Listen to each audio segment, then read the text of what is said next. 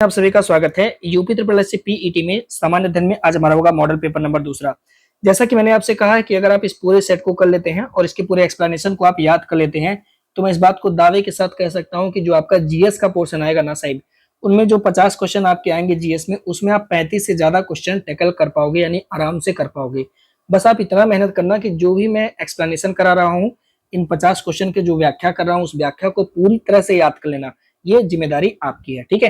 तो चलिए आसान से क्वेश्चन से आगे बढ़ते हैं और वीडियो के कमेंट में लास्ट में जरूर कमेंट करना कि आपके कितने क्वेश्चन सही होते हैं और प्रश्न का लेवल कैसा है, मतलब आपके एग्जाम के लेवल से है या उससे ज्यादा है। एक बार जब आप इसका कमेंट करेंगे तो उसी हिसाब से हम अगला सेट जो है मैनेज कर पाएंगे, ठीक है। तो चलिए बढ़ते हैं एक आसान से क्वेश्चन की तरफ।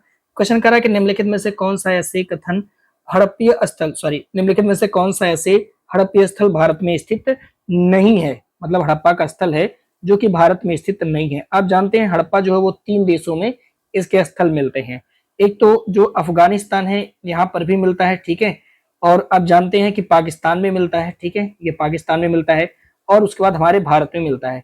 अब कह रहा है कि भाई ये जो ऑप्शन है इनमें से कौन है जो भारत में नहीं है, ये आपको बताना है। तो साहब अगर आप ध्यान रखेंगे तो जो सोतका को है, यानी जो पहला वाला विकल्प है, यह हमारे भारत में नहीं पड़ता। तो इस प्रकार से जो सही जवाब हो जाएगा प्रश्न का वह आपका हो जाएगा पहला। बाकी मांडा जम्मू कश्मीर में आप जानते हैं, सघोल आलमगीरपुर हमारा जो है उत्तर प्रदेश में पड़ता है, ठीक है। तो ये सब है पर पहला जो है वो नहीं है। अब देखिए पाकिस्तान में जो जो स्थल है उसे याद कर लीजिए। तो जाहिर सी बात है इसके बाद जो बचेगा वो या तो अफगानिस्तान का होगा या तो हमारे भारत का होगा।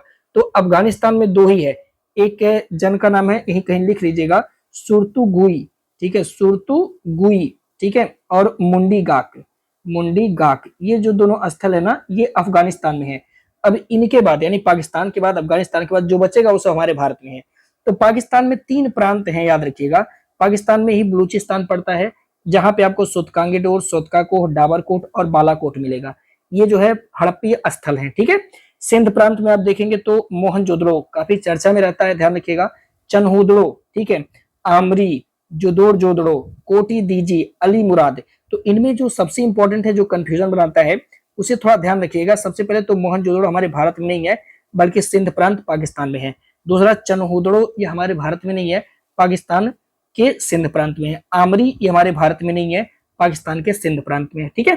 फिर पाकिस्तान का एक और प्रांत है पंजाब प्रांत। यहाँ पर फोकस करना, ये हमारा जो पंजाब राज्य है वो नहीं है, ये पाकिस्तान का एक प्रांत है जिसका नाम है पंजाब प्रांत, ठीक है।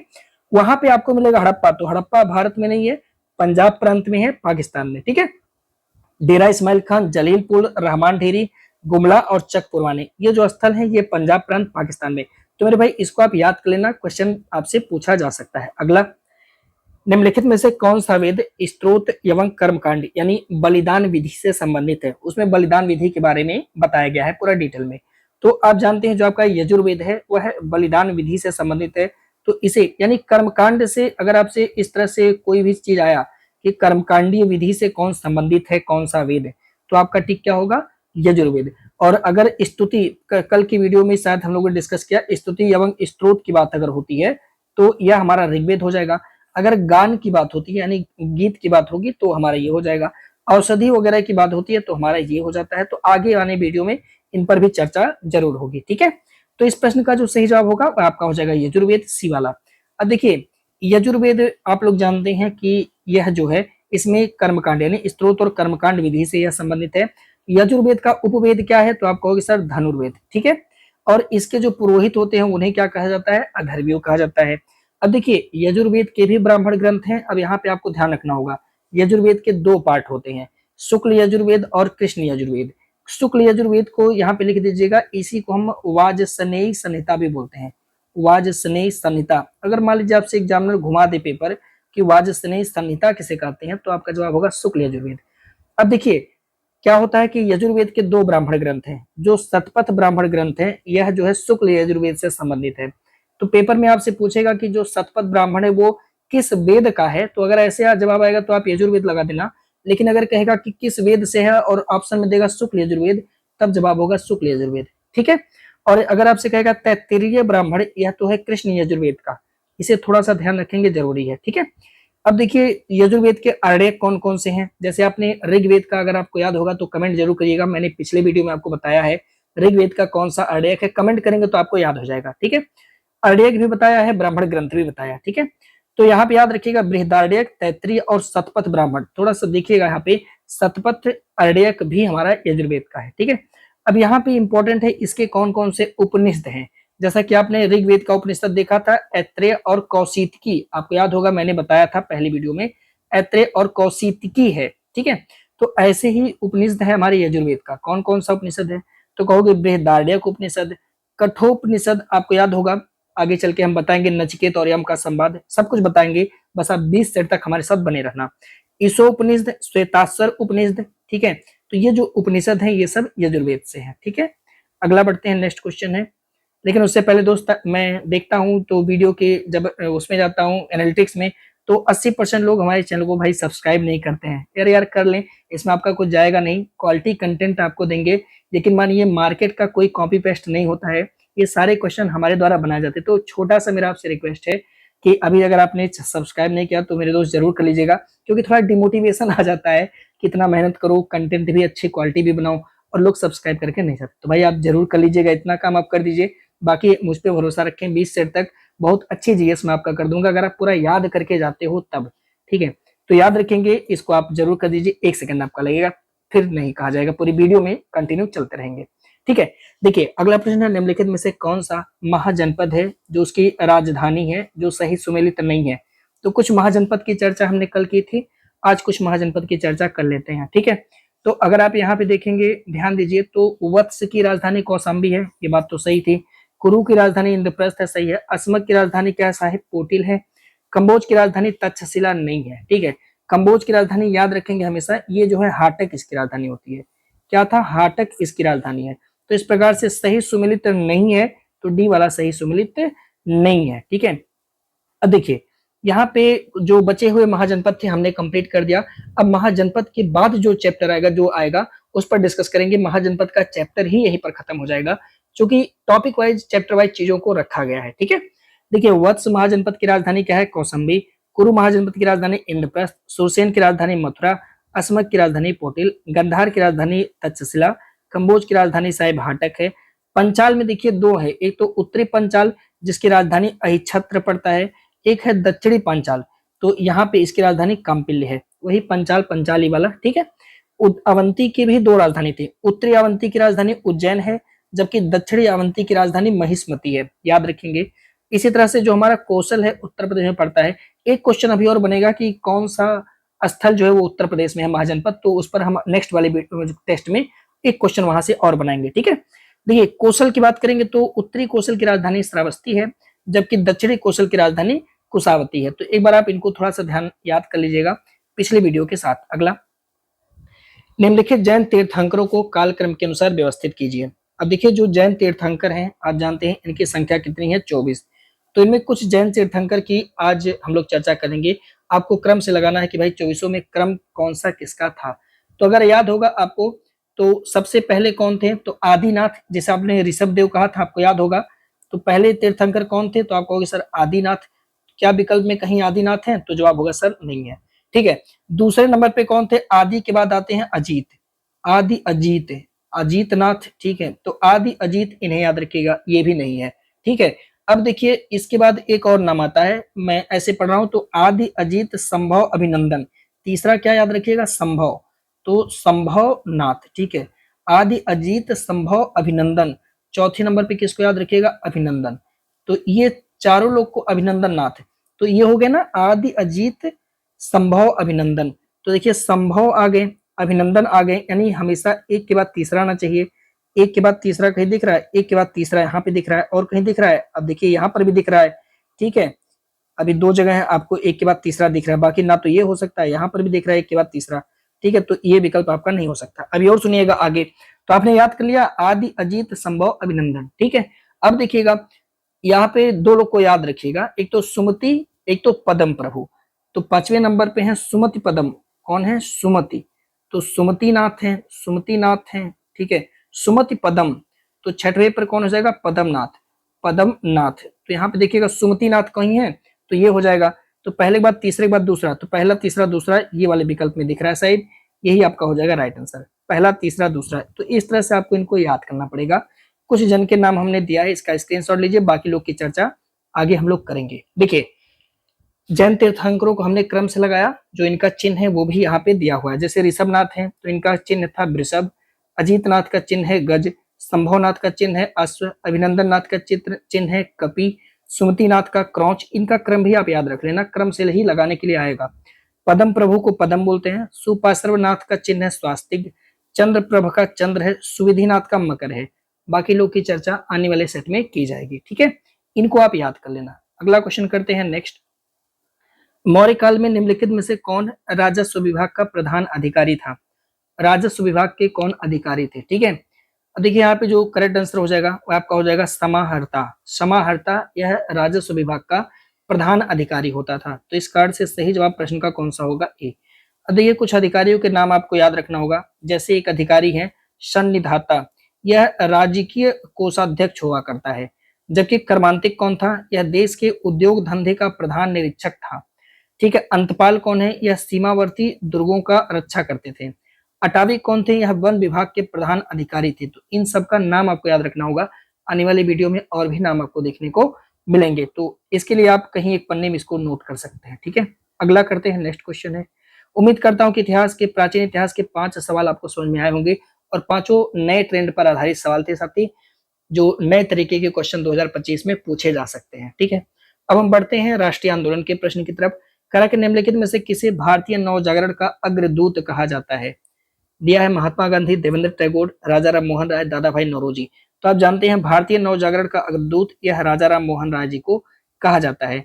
अब बहुत सारी बातें राजा राम मोहन राय के बारे में है, इनको आप ध्यान से सुनना और एक एक क्वेश्चन को समझना। पेपर में क्वेश्चन यहाँ से बनेगा। तो सबसे पहली बात कि इन्हें जो है भारतीय नवजागरण का अग्रदूत कहते हैं, इन्हें सुधार आंदोलन का प्रवर्तक कहते हैं, इन्हें आधुनिक भारत का पिता एवं नव भारत का तारा भी कहा जाता है। तो ये इनके उपनाम है। अब थोड़ा सा यहाँ से ध्यान से समझिएगा। इन्होंने 1809 में पहला फारसी ग्रंथ तोहफत उल मुहिद्दीन, जिसे आप एकेश्वरवादियों को उपहार कह सकते हैं, इसका प्रकाशन हुआ था। तो 1809 में याद रखिएगा, इनकी जो पहली किताब है वह फारसी भाषा में लिखी गई थी, जिसका नाम था क्या? तोहफत उल मुहिद्दीन, जिसे हम हिंदी में कहें तो एकेश्वरवादियों का उपहार, इसका प्रकाशन किया गया था। आगे चल के 1814-15 में जो राजा राम मोहन राय हैं, इन्होंने आत्मीय सभा की स्थापना की है। ठीक है, इसी के बाद आप देखेंगे 1816 में इन्होंने वेदांत सोसाइटी की भी स्थापना की। तो जब वेदांत सोसाइटी की स्थापना की बात आती है तो हम कंफ्यूज जाते हैं, तो कई बार तो लोग जो है स्वामी विवेकानंद की तरफ चल जाते हैं। ठीक है, गलत हो जाएगा। जब बात करेगी वेदांत सोसाइटी की स्थापना की, तो आप राजा राम मोहन राय को मानना और जवाब देना 1816 में इसकी स्थापना की जाती है।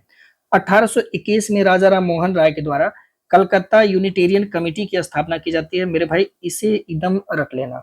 इसी के कुछ मतलब पहले ही इन्होंने 1820 में एक अपना किताब लॉन्च किया था, जिसमें ईसाई धर्म का खंडन किया था, जिसका नाम था प्रीसेप्ट्स ऑफ जीसस। तो आपसे अगर पूछेगा भैया इसके लेखक कौन है, तो आपका जवाब क्या होगा? राजा राम मोहन राय। आपको बताते चले कि 20 अगस्त 1828, जो कि मोस्ट इंपोर्टेंट है, इन्होंने ब्रह्म सभा की गठन की थी, जो आगे चल के ब्रह्म समाज के नाम में प्रेरित हो गया, यानी आगे इसको ब्रह्म समाज कहा गया। तो अगर आपसे क्वेश्चन पूछे कि भैया ब्रह्म सभा का गठन कब किया गया, तो जवाब होगा 20 अगस्त 1828। तो यहाँ से हमने 4-5 क्वेश्चन और कवर कर दिए, क्योंकि पूरा सिलेबस खत्म करना है। ठीक है, अगला 1 दिसंबर 1866 को लंदन में ईस्ट इंडिया एसोसिएशन की स्थापना निम्नलिखित में से किसके द्वारा की गई थी?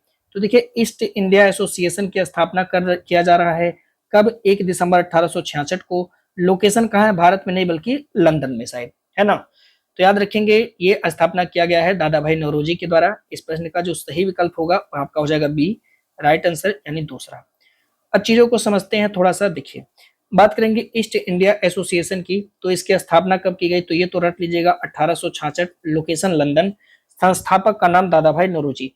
अब पेपर में ये पूछता है कि इसका उद्देश्य क्या था। तो याद रखिए, इसका उद्देश्य था कि जो ब्रिटेन की जनता है, यानी जो लंदन की जनता है और जो वहां की संसद है, उनको भारतीय विषयों से अवगत कराना, यानी जो भारत में समस्या है, क्या प्रॉब्लम है, ये सब कुछ करेगा कौन? East India association. कहाँ पे? लंदन में। कि भाई देखो, हम भारतीयों पर अत्याचार किया जा रहा है, हम लोग के लिए कितनी समस्याएं जो है ईस्ट इंडिया कंपनी खड़ा कर रखी है।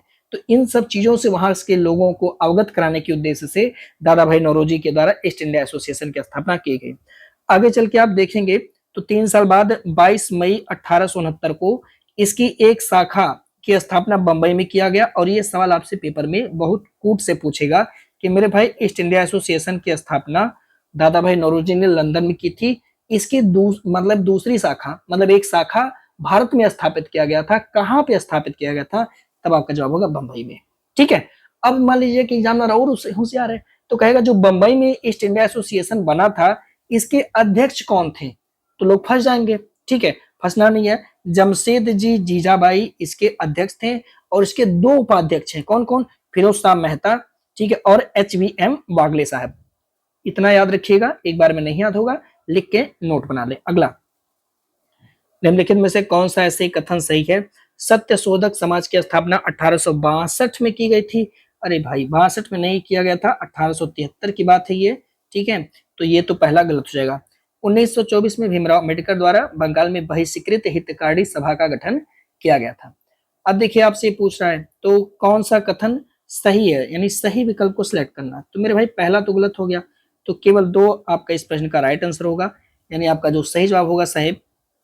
अच्छा, यहाँ पे रुक जाइएगा, 1924 में दिया हुआ है, 1924 में, लेकिन लोकेशन बंगाल में, माफ करिए यहाँ पे मैं भी थोड़ा ध्यान नहीं दिया, बंगाल शब्द लिखा है जो कि गलत हो जाएगा, तो ये भी गलत हो जाएगा क्योंकि ये बंगाल में नहीं किए थे, बंबई में किए थे। बहुत बारीक सी गलती इसमें निकाली गई है, बंबई में किए गए थे। इस कारण से इस प्रश्न का जो सही जवाब होगा साथी वह होगा ना तो 1 ना ही 2। कंफ्यूज ना होइए इसलिए मैं काट दे रहा हूं। तो ये वाला विकल्प गलत है क्योंकि यहाँ पे 1873 होना चाहिए, और ये वाला विकल्प इसलिए गलत है क्योंकि यहाँ पे बंगाल की जगह पे बंबई होना चाहिए। तो ना तो 1 ना ही 2, यानी दोनों विकल्प सही नहीं है, डी हो जाएगा प्रश्न का राइट आंसर। ठीक है, अब दोनों के बारे में समझ लीजिए। देखिए, बात करेंगे सत्य शोधक समाज को लेकर के, तो इसकी स्थापना 1873 में होती है। कहाँ पे? बंबई में होती है। संस्थापक कौन है? ज्योतिबा राव फूले जी हैं। यह एक ब्राह्मण विरोधी आंदोलन है। ज्योतिबा राव फूले जी को हम महात्मा की उपाधि देते हैं। महात्मा गांधी जी को भी महात्मा की उपाधि दिया गया था। आपको याद होगा कि अभी 1917 में जब चंपारण यानी बिहार में महात्मा गांधी जी आंदोलन करेंगे, चंपारण सत्याग्रह, तो उस दरमियान इन्हें जो रविन्द्रनाथ टैगोर जी हैं वह महात्मा की उपाधि देंगे। लेकिन 1873 में पहले ही महात्मा की उपाधि यह ज्योतिबा राव फूले जी को मिल चुका है। यहाँ पर ये भी ध्यान रखिएगा। ज्योतिबा राव फूले जी 1872 में एक किताब लिखते हैं जिसका नाम है गुलामगिरी। तो आपसे ये प्रश्न भी पूछेगा कि भैया गुलामगिरी पुस्तक के लेखक कौन है? तो आपका जवाब होगा ज्योतिबा राव फूले। इस पॉइंट को ध्यान रखेंगे साहब, है ना। अगला, अब हम बात करेंगे थोड़ा सा श्री अम्बेडकर जी की। इन्होंने 1920 में the all India depressed class federation इसकी स्थापना करी हुई है। तो आपसे पूछेगा कि the all India depressed class federation की स्थापना किसने किया था? तो जवाब होगा आपका डॉक्टर भीमराव अम्बेडकर। अगर आपसे पूछेगा कब किया गया था तो आपका जवाब होगा 1920 में। ठीक है, एक क्वेश्चन और बनेगा कि बहिष्कृत हितकारी सभा की स्थापना किसने किया था? तो कई जगह ही ऐसा भी गलती हो जाता है, लोग महात्मा गांधी मार के आते हैं, जो कि गलत है। इसकी स्थापना 1924 में किया गया था। कहाँ पे किया गया था? बंबई में किया गया था। ठीक है, इसी संदर्भ में आप देखेंगे तो 1970 में एक पत्रिका रिलीज करते हैं श्री अम्बेडकर जी, जिसका नाम था, मराठी भाषा में करते हैं पत्रिका, बहिष्कृत भारत। तो इस पत्रिका का संबंध इनसे आपको याद रखना होगा। 1942 में इन्होंने अनुसूचित जाति परिसंघ की भी स्थापना की है। तो ये सब बातें थोड़ा सा आपको ध्यान रखना होगा। कोई भी प्रश्न आपसे पूछे तो छोड़िएगा नहीं साहब, है ना। अगला, निम्नलिखित में से किस वायसराय के समय में भारतीय राष्ट्रीय कांग्रेस की स्थापना होती है? तो आप जानते हैं भारतीय राष्ट्रीय कांग्रेस की स्थापना 1885 में किया जाता है, बंबई में किया जाता है, गोकुलदास तेजपाल संस्कृत महाविद्यालय के अंदर किया जाता है। और आपको पता होगा कि 1884 से लगा करके थोड़ा सा अगर आप ध्यान रखिएगा तो 1888 तक लॉर्ड डाफरिन यह जो है भारत में वायसराय रहते हैं। तो जवाब क्या होगा? लॉर्ड डाफरिन इस प्रश्न का सही जवाब होगा साहब, ये हो जाएगा प्रश्न का आपका राइट आंसर। ठीक है, अब सुनिएगा, डाफरिन के समय में कुछ काम हुआ है जिसे आपको ध्यान रखना होगा। जैसे 1885 में सबसे पहले तो टेनेंसी एक्ट इसी के समय लाया गया था। अब इस टेनेंसी एक्ट के तहत जो जमींदार थे अपनी इच्छा के अनुसार किसानों से भूमि नहीं छीन सकते थे। तो ये एक अच्छा काम हुआ था जो कि 1885 में ही हुआ था।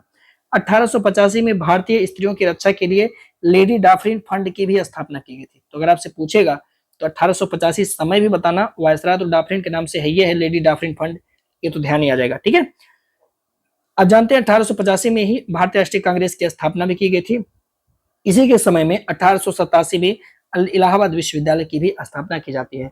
तो अगर आपसे पूछेगा किस वायसराय के शासन में इलाहाबाद विश्वविद्यालय की स्थापना होती है, तो जवाब होगा लॉर्ड डाफरिन। और अगर आपसे पूछेगा किस समय होती है, तब आपका जवाब होगा 1887 में होता है। ठीक है, अगला क्वेश्चन करते हैं। तो इस तरह से ये अंतिम प्रश्न होगा इतिहास वाले सेशन का। ठीक है, देखिए निम्नलिखित में से किसने महात्मा गांधी के चंपारण सत्याग्रह का विरोध किया था। अब जानते हैं महात्मा गांधी जी चंपारण सत्याग्रह करते हैं और ये गांधी जी का पहला आंदोलन होता है। तो कौन विरोध कर रहा है इसमें, तो भैया एक व्यक्ति है एनजी रंगा साहब, ये जो है विरोध कर रहे हैं, ये साहब इनका विरोध करते हैं। तो इस प्रश्न का जो करेक्ट आंसर होगा आपका हो जाएगा बी, यानी दूसरा। समझेंगे इस बात को थोड़ा सा। चंपारण सत्याग्रह आप लोग जानते हैं चंपारण बिहार में है। 1917 में महात्मा गांधी ने आंदोलन किया था, क्योंकि चंपारण में 3 कथिया पद्धति चलता था। इसका क्या मतलब था कि जो भी किसान है उस किसान को अपने 3/20वें भाग पर नील की खेती करनी थी साहब, है ना। और नील तो ठीक है, खेती कर लिएगा। अब इसको बेचने की जब बात आती थी तो जो उसके ठेकेदार थे वो कीमत तय करते थे, जिससे किसानों को बड़ा घाटा होता था। तो टैक्स वैक्स देने के बाद वो अपना भूख भी उससे नहीं मिटा सकते, इतना कम पैसा उनके पास बचता था। तो इस संदर्भ में एक व्यक्ति हैं जिनका नाम है राजकुमार शुक्ला, इन्होंने कहा भाई महात्मा गांधी आप थोड़ा चंपारण आओ और हम किसानों का ये जो टैक्स लेने वाली सरकार की ये जो मंशा है इसको थोड़ा सा खत्म करिए। तो महात्मा गांधी जी चल पड़ते हैं चंपारण के लिए साहिब। ठीक है, और क्योंकि आप जानते हैं महात्मा गांधी जी 1915 में साबरमती 15 क्या 15-16 मान के चलिए साबरमती आश्रम की स्थापना कर चुके हैं। ठीक है, और वहीं से ये आगे निकलते हैं। इनके साथ साथ में डॉक्टर बाबू राजेंद्र प्रसाद जी, जेबी कृपलानी, महादेव देसाई साहब, मजरूल हक, नरहरी पारिक और ब्रिज कुसूर, ये लोग भी इनके साथ आते हैं। ठीक है, ब्रिटेन की सरकार इसके लिए एक समिति बनाती है और उस समिति के सदस्य होते हैं महात्मा गांधी जी। अंततः महात्मा गांधी जी जो समिति बनती है उनके सदस्यों को समझा पाते हैं और किसानों को दुविधा दूर हो जाती है और ये आंदोलन सक्सेसफुल रहता है। लेकिन यहीं पर एनजी रंगा ने महात्मा गांधी के इस आंदोलन का इन्होंने विरोध कर दिया। ठीक है, लेकिन इसी आंदोलन के दौरान रविन्द्रनाथ टैगोर जी ने गांधी जी को महात्मा की उपाधि दी। ये बात भी हमें थोड़ा ध्यान रखना होगा।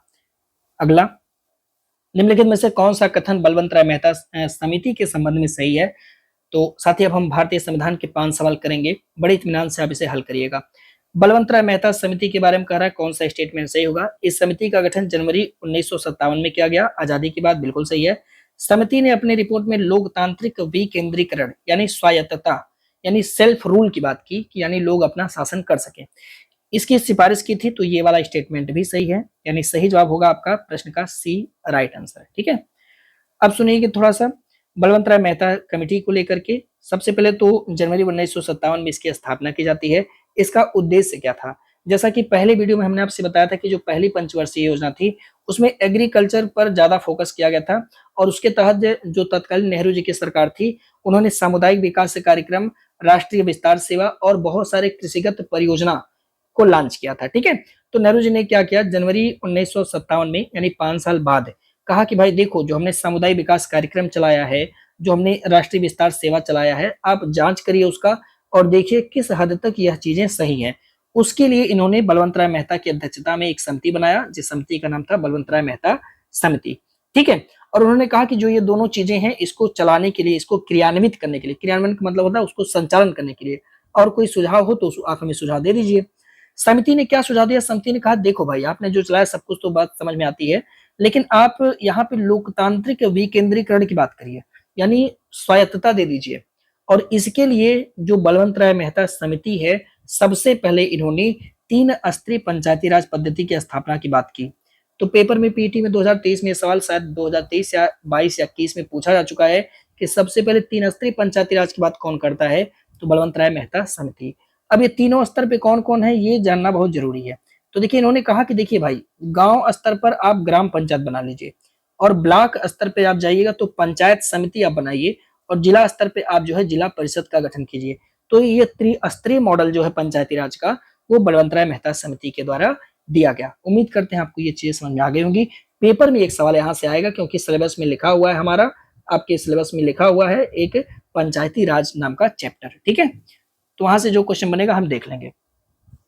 प्रश्न करा कि भारत के उच्चतम न्यायालय के संदर्भ में निम्नलिखित कथनों पर विचार कीजिए। पहला स्टेटमेंट करा कि 28 जनवरी 1950 को इसका उद्घाटन किया गया, ये बात सही है। 28 जनवरी को करा कि साहब इसका उद्घाटन, अगर कहेगा स्थापना 24 जनवरी हो जाता है पर ठीक है, ये करा कि 28 जनवरी को इसका क्या किया गया है, उद्घाटन किया गया साहब। ठीक है, अब सुनिएगा, कह रहा कि भारतीय संविधान के भाग 5 में उच्चतम न्यायालय के गठन, इसके न्याय क्षेत्र आदि की बात की गई, तो बिल्कुल सही है। भाग 5 में आप देखेंगे संविधान, भारतीय संविधान के भाग 5 के अंदर, तो आपको यहाँ पे 3 पार्ट मिलेगा। भाग 5 के क, ठीक है, फिर इसका आप देखेंगे ख, फिर इसी का आप देखेंगे ग, घ करके, फिर इसके बाद आप देखेंगे अंगा। तो ये 5 भाग 5 का जो ये वाला ग वाला पार्ट होता है, वो जो राष्ट्रपति के पास एक पावर होता है अध्यादेश जारी करने की, वो है तीसरे नंबर पे, ठीक है, अध्यादेश।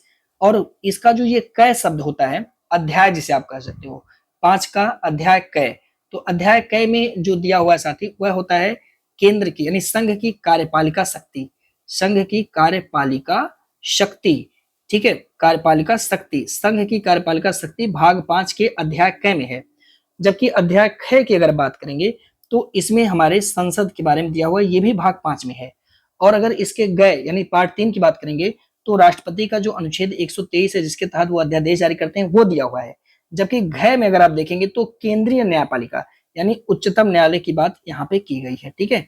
अब आप कहोगे सर 5वें में अंगा में क्या है, तो यहाँ पे महान्यायवादी की बात की गई साहब, किसकी, महान्यायवादी की बात। तो ये सारे लोग जिनकी मैं चर्चा किया, महान्यायवादी, कार्यपालिका, संसद और अध्यादेश की शक्ति, ये सब संविधान के भाग 5 में है।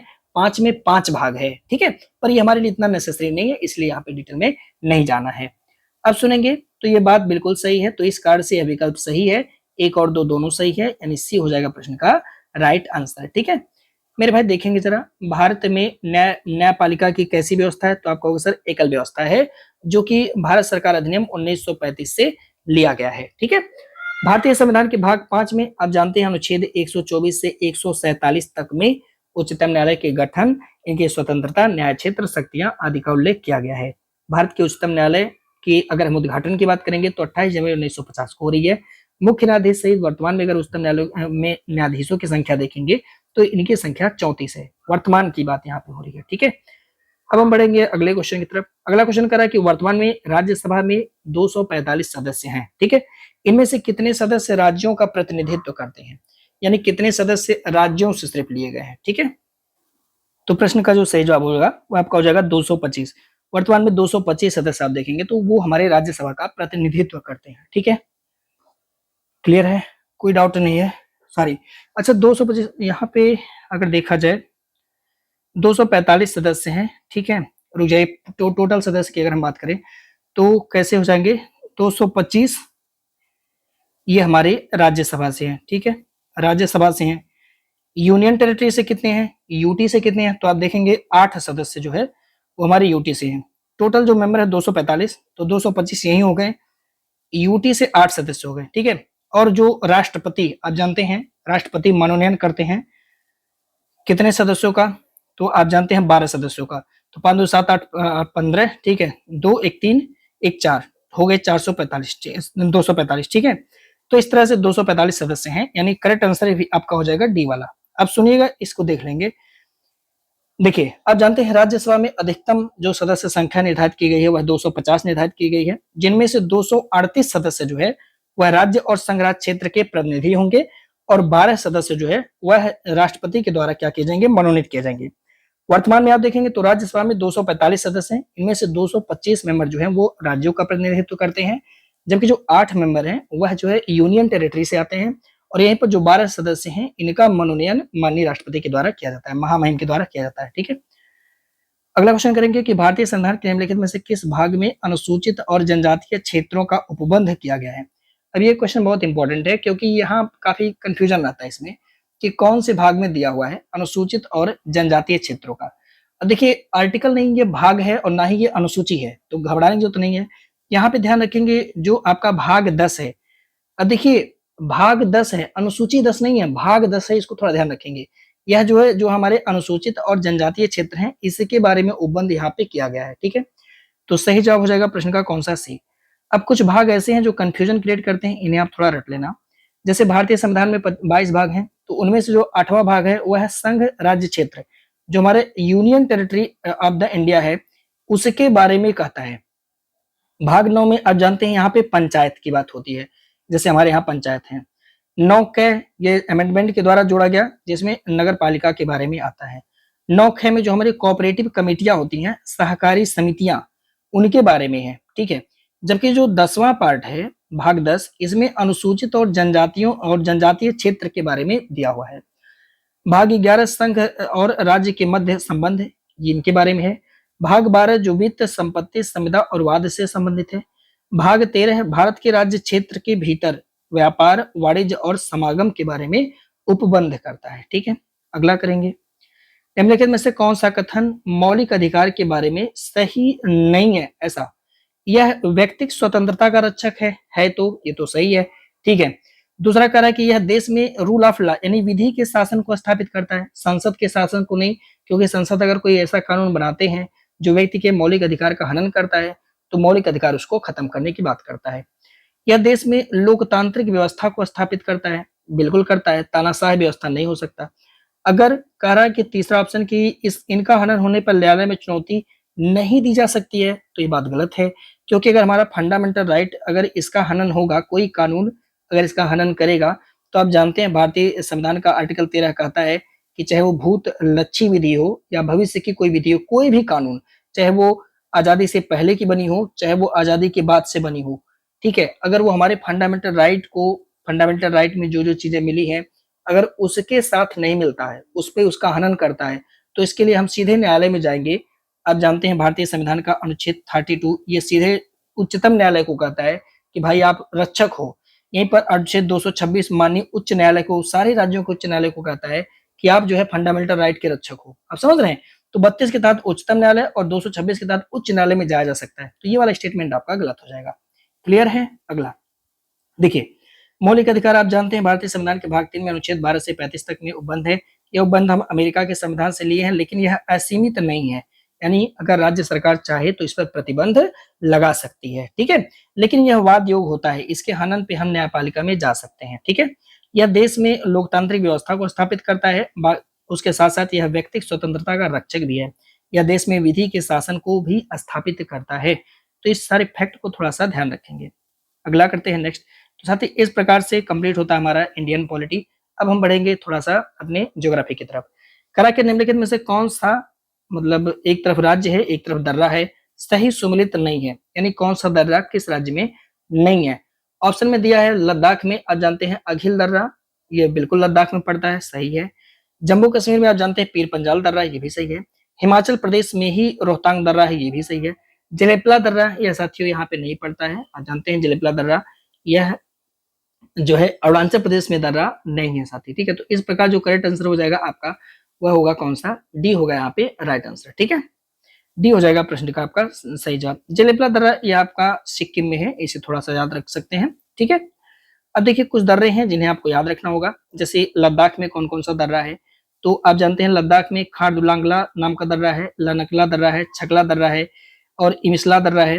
काराकोरम जोजिला दर्रा काफी चर्चा में रहता है। अघिल दर्रा, बोरजिल दर्रा, ये सब लद्दाख में है। जम्मू कश्मीर में आप देखेंगे तो पीर पंजाल दर्रा, बनीहाल दर्रा पड़ता है। हिमाचल प्रदेश में सीप कीला दर्रा, रोहतांग दर्रा, बाड़ा लाचला दर्रा पड़ता है और यांगजी दीवान भी। इसके साथ साथ उत्तराखंड के दर्रों को याद रखेंगे, पेपर में आता रहता है। माना दर्रा, थांगला दर्रा, नीति दर्रा, लिपुलेख दर्रा और मोलिंगला दर्रा ये पड़ता है साथी, है ना। अगला, निम्नलिखित में से कौन सी घाटी है जो मध्य हिमालय और शिवालिक की हिमालय के बीच में है, यानी मध्य हिमालय और शिवालिक हिमालय के बीच में पड़ती है, यानी उत्तराखंड वाले क्षेत्र में पड़ेगा। आपसे प्रकार कौन सा दर्रा होगा, तो आप सोचिएगा कौन सा दर्रा इसमें है। तो अगर आप ध्यान रखेंगे जो कि जो दून की घाटी है उत्तराखंड में ही है, यह जो है हमारी मध्य हिमालय और शिवालिक में पड़ती है। तो दून की घाटी यानी प्रश्न का जो सही जवाब होगा वह आपका हो जाएगा डी, यानी चौथा होगा इस प्रश्न का सही जवाब, ठीक है। अब थोड़ा देखेंगे, देखिए कुछ घाटियां हैं इसे आपको याद रखना होगा, जैसे कश्मीर घाटी तो जम्मू कश्मीर में है। श्रेणी कौन सी है? पीर पंजाल और जास्कर श्रेणी, ठीक है, ये जम्मू कश्मीर में है। लाहौल स्पीति ये आपका हिमाचल प्रदेश में महान हिमालय और धौलाधर श्रेणी के बीच में पड़ता है। कुल्लू की घाटी ये हिमाचल प्रदेश में महान हिमालय और धौलाधर के बीच में। तो भैया लाहौल स्पीति और कुल्लू घाटी ये दोनों हिमाचल प्रदेश में है, महान हिमालय और धौलाधर के बीच में पड़ते हैं। फूलों की घाटी यह उत्तराखंड में पड़ता है, लेकिन महान हिमालय और मध्य हिमालय के बीच में। जबकि दून की घाटी ये भी उत्तराखंड में ही है, मध्य हिमालय और शिवालिक हिमालय के बीच में पड़ता है। तो इन घाटियों को थोड़ा ध्यान रखेंगे, भारत के संदर्भ में जरूरी है। अगला, जम्मू कश्मीर का श्रीनगर निम्नलिखित में से किस नदी के किनारे स्थित है? तो आप जानते हैं बहुत ही आसान सा सवाल है, श्रीनगर कौन सी नदी के किनारे पड़ता है? तो श्रीनगर आप जानते हैं यह झेलम नदी के किनारे पड़ता है, जो कि चिनाब की सहायक नदी है। तो इस प्रकार से सही जवाब प्रश्न का कौन सा बनेगा? बी हो जाएगा आपका राइट आंसर। ठीक है, अब बात करेंगे झेलम नदी की। तो आप जानते हैं इसका जो प्राचीन नाम है वह बितास्ता है, और यह नदी शेषनाग झील, जो कि कहाँ पे है, पीर पंजाल झरना, पीर पंजाल जो श्रेणी है उसके नीचे पड़ता है। तो शेषनाग झील से निकल करके झुंग नामक स्थान पे पाकिस्तान में यह चिनाब नदी से मिलती है। ठीक है, यह नदी बुलर झील का भी निर्माण करती है, जो कि जम्मू कश्मीर में है, और इसी के किनारे जम्मू कश्मीर का श्रीनगर पड़ता है। तो यह मान लीजिए निकलती है शेषनाग झील से, ऐसे निकल के आगे बढ़ती है। पाकिस्तान से एक नदी निकल के आती है जिसका नाम है साथी किशन गंगा, और इस किशन गंगा को नदी को पाकिस्तान में हम नीलम के नाम से जानते हैं। तो यह जो नदी है किशन गंगा, इसे पाकिस्तान में नीलम कहते हैं। यह भारत में आकर के जम्मू कश्मीर में मिल जाती है हमारी झेलम नदी से। और इसी पर किशन गंगा नदी पर एक परियोजना बना है जिसका नाम है साथी किशन गंगा परियोजना। इसको लेकर के भारत पाकिस्तान के बीच में थोड़ा तनाव बना रहता है। तो किशन गंगा परियोजना किशन गंगा नदी पर है, और किशन गंगा नदी कहाँ से निकल के आ रही है? पाकिस्तान से आती है। थोड़ा सा ध्यान रखेंगे। अब देखेंगे झेलम नदी पर हमारे जम्मू कश्मीर में दो परियोजनाएं काम कर रही हैं, एक तो उरी परियोजना और एक तुलबुल परियोजना। ये दोनों परियोजनाएं जम्मू कश्मीर में है। अगर नदी पूछेगा तो हम बताएंगे ये दोनों परियोजना हमारे झेलम नदी पर बनी हुई है। ठीक है, अगला, निम्नलिखित में से कौन सा मरुस्थल दक्षिण अमेरिका में स्थित है? यानी कौन सा रेगिस्तान है जो कि दक्षिण अमेरिका में यानी स्थित है? ठीक है, साउथ अमेरिका में कौन सा पड़ेगा? तो साथियों अगर यहाँ पे आप देखेंगे तो जो हमारा आटाकामा मरुस्थल है ये हमारे दक्षिण में पड़ता है। ठीक है, दक्षिण अमेरिका में पड़ेगा आटाकामा मरुस्थल। और इसके साथ साथ एक और मरुस्थल इंपॉर्टेंट है वहां पे, पेंटागोनिया का मरुस्थल, जिसे हम दक्षिण अमेरिका का रूट सॉरी मतलब वहां के खनिजों का भंडार के रूप में जानते हैं। तो आटाकामा मरुस्थल है कहाँ? आप जानते हैं कि यह विश्व का सबसे शुष्कतम मरुस्थल भी है, शुष्कतम मरुस्थल। तो अगर ऐसे सवाल पूछेगा तो बता सकते हैं। ठीक है, तो बी हो जाएगा प्रश्न का आपका राइट आंसर। अब थोड़ा सा देखेंगे, देखें बात करेंगे आटाकामा मरुस्थल, तो चिली और पेरू, अगर आप थोड़ा सा दक्षिण अमेरिका की बात करेंगे तो इस तरह से है। तो यहाँ पे आप जानते हैं पेरू है, उसी के ऊपर चिली पड़ेगा। ठीक है, तो साथियों चिली और पेरू के बीच में ये पड़ता है हमारा आटाकामा मरुस्थल, जो कि शुष्क मरुस्थल का एग्जाम्पल है। ठीक है, इसे भी थोड़ा सा याद रखेंगे। पेंटागोनिया के मरुस्थल की बात करेंगे तो यह अर्जेंटीना और चिली के बीच में पड़ता है, और ये भी हमारा दक्षिण अमेरिका में ही है। और दक्षिण अमेरिका में खनिजों के लिए पेंटागोनिया का मरुस्थल काफी प्रसिद्ध है, काफी फेमस है। अगर देखेंगे तो ग्रेट बेसिन मरुस्थल, तो उत्तरी अमेरिका में तीन प्रांत में यह फैला हुआ है। एक तो नेवदा प्रांत है, यूटा प्रांत है, और कैलिफोर्निया प्रांत है। ये तीनों प्रांत हमारे यूएसए में पड़ता है। ठीक है, संयुक्त राज्य अमेरिका में पड़ता है, और ये जो हमारा उत्तरी अमेरिका में ही पड़ता है, आपको पता होगा। ठीक है, टकला मकान की बात करेंगे तो टकला मकान मरुस्थल ये हमारा सिंजांग प्रांत में है, और आप जानते हैं यह चीन का काफी औद्योगिक क्षेत्र है सिंजांग प्रांत, तो ये चाइना में पड़ता है। ग्रेट सैंडी मरुस्थल यह जो है उत्तरी अमेरिका के पश्चिमी पार्ट में पड़ता है। ठीक है, मतलब कि पश्चिम में पड़ता है। ऑस्ट्रेलिया कंटिनेंट को आप थोड़ा ध्यान रखना, ऑस्ट्रेलिया कंटिनेंट का जो पश्चिमी भाग है, अगर हम थोड़ा सा आपसे डिस्कस करें तो मान के चलिए कि ये आपका सपोज करिए ऑस्ट्रेलिया कंटिनेंट है। इसका जो ये पश्चिमी भाग है ये थोड़ा सा मरुस्थली एरिया है। ठीक है, मरुस्थली एरिया है। तो यहाँ पे आपको मिलेगा ग्रेट सैंडी मरुस्थल। इसके पूरब में आप देखेंगे तो ग्रेट बैरियर रीफ। ठीक है, ये आपको ग्रेट बैरियर रीफ देखने को मिलेगा। ठीक है, आप जानते हैं। और इसके दक्षिण में नीचे देखेंगे तो आपको यहाँ पे तस्मानिया द्वीप मिलेगा, तस्मानिया द्वीप, जो कि यहाँ पे बॉस जल संधि है, इस जल संधि से अलग होता है, बॉस जल संधि से अलग होता है तस्मानिया द्वीप। और यहीं पर आपको तस्मान सागर भी देखने को मिल जाएगा। ठीक है, तो इसे थोड़ा सा याद रखेंगे। तो ग्रेट सैंडी मरुस्थल और एक मरुस्थल है जो ऑस्ट्रेलिया में पड़ता है, गिब्सन मरुस्थल। ये दोनों मरुस्थल जो है वो ऑस्ट्रेलिया में है, और पश्चिमी ऑस्ट्रेलिया में ही ये दोनों पड़ेंगे, क्योंकि आप जानते हैं इसका पश्चिमी पार्ट ही सिर्फ मरुस्थल ही है। उम्मीद करता हूं ऑस्ट्रेलिया थोड़ा सा आपको समझ में आ गया होगा। आगे बढ़ते हैं नेक्स्ट क्वेश्चन। आकार के अनुसार निम्नलिखित में से कौन सा द्वीप जापान का सबसे बड़ा द्वीप है? शायद जापान में 4 सबसे बड़े द्वीप आते हैं।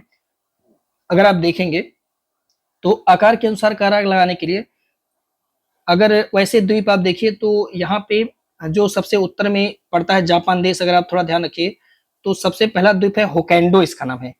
ये क्या नाम है इसका? होकाइडो। ये इस तरह से फैला हुआ है। होकाइडो के बाद एक छोटा द्वीप पड़ता है, छोटा नहीं है बड़ा इससे, इसका नाम है साथी होन्शु द्वीप। कौन सा? होन्शु द्वीप। फिर पड़ता है एक और द्वीप, इसका नाम है शिकोकू द्वीप। ठीक है, और अंतिम में आप जानते हैं नागासाकी वाला क्यूशु द्वीप यहाँ पड़ता है। ठीक है, तो सारी घटना जो है होन्शु द्वीप में ही होती है यहाँ पे, और क्यूशु भी यहाँ का फेमस द्वीप है। ठीक है, अब ये तो क्रम से हो गया। ठीक है, अगर कहेगा उत्तर से दक्षिण में लगाइए तो सबसे उत्तर में ये पड़ेगा। ठीक है, इसके बाद अभी एक्सप्लेनेशन में बता देंगे। आकार के अनुसार अगर आप देखेंगे तो इसका जो दूसरे नंबर का द्वीप है, जिसे हम होन्शु द्वीप के नाम से जानते हैं, होन्शु द्वीप, यही जो है सबसे बड़ा द्वीप है। और यहीं पर सारी फैक्ट्रीज वगैरह, नगोया वगैरह सब कुछ, डेट्रॉइट, ये सब कुछ यहीं पर स्थित है साथी। तो होन्शु द्वीप ये सेकंड नंबर पे है, जापान वाला, याद रखिएगा इसको। जापान आप नक्शे में देख लीजिए।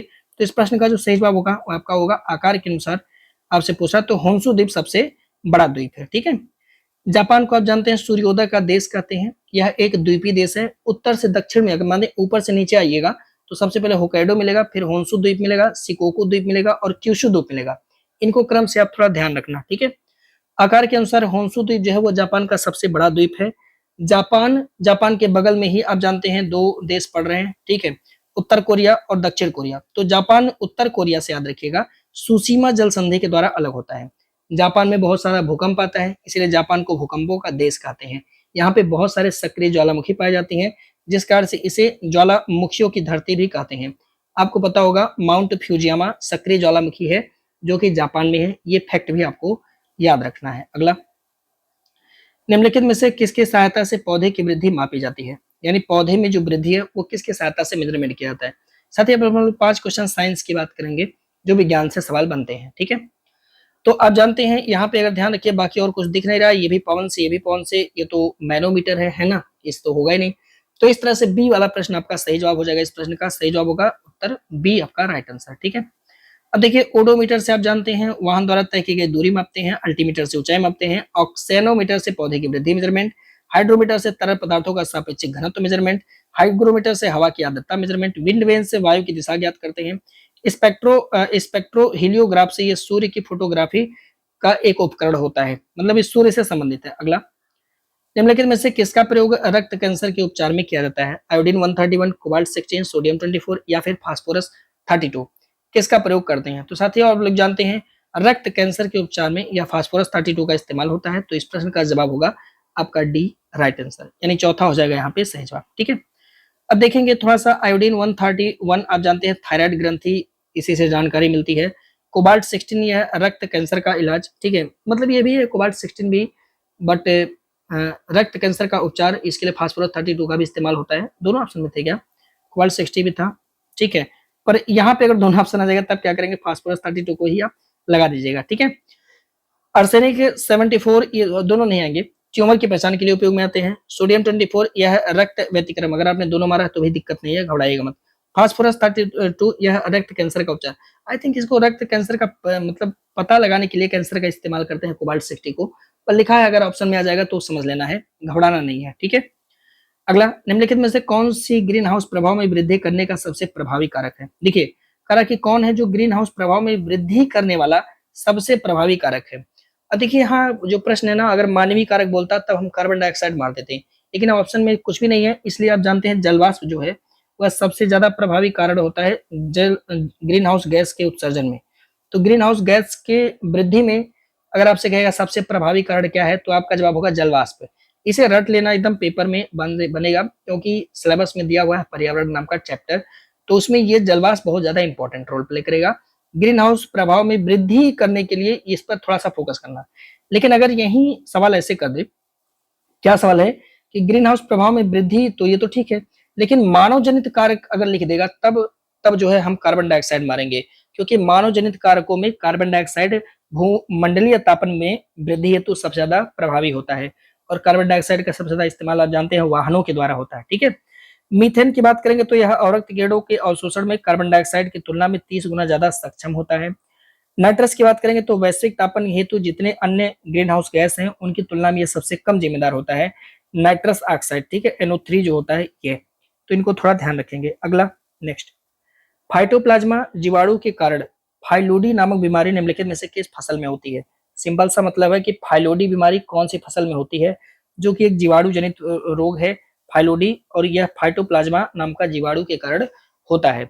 चावल में, गेहूं में, बाजरा में या तिल में? तो याद रखिएगा, फाइलोडी नामक जो बीमारी होती है वह तिल के अंदर देखने को मिलता है। सही जवाब हो जाएगा प्रश्न का कौन सा? डी होगा आपका यहाँ पे राइट आंसर, ठीक है।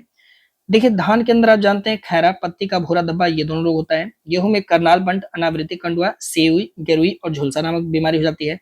बाजरा में हरित बाली या अर्गट नाम की बीमारी होती है।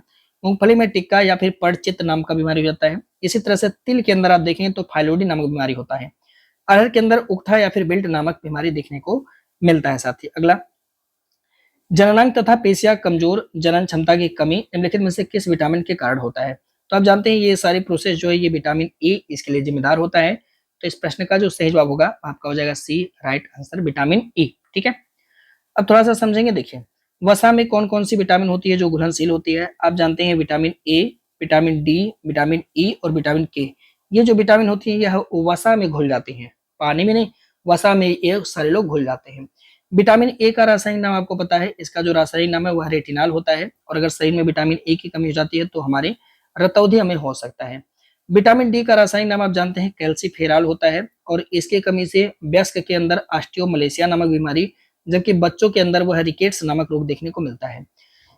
विटामिन ई का रासायनिक नाम आप जानते हैं टोकोफेरॉल होता है। इसकी कमी से जननांग में दिक्कतें हो सकती हैं, या पेशियां कमजोर हो सकती हैं, या जनन क्षमता की कमी हो सकती है।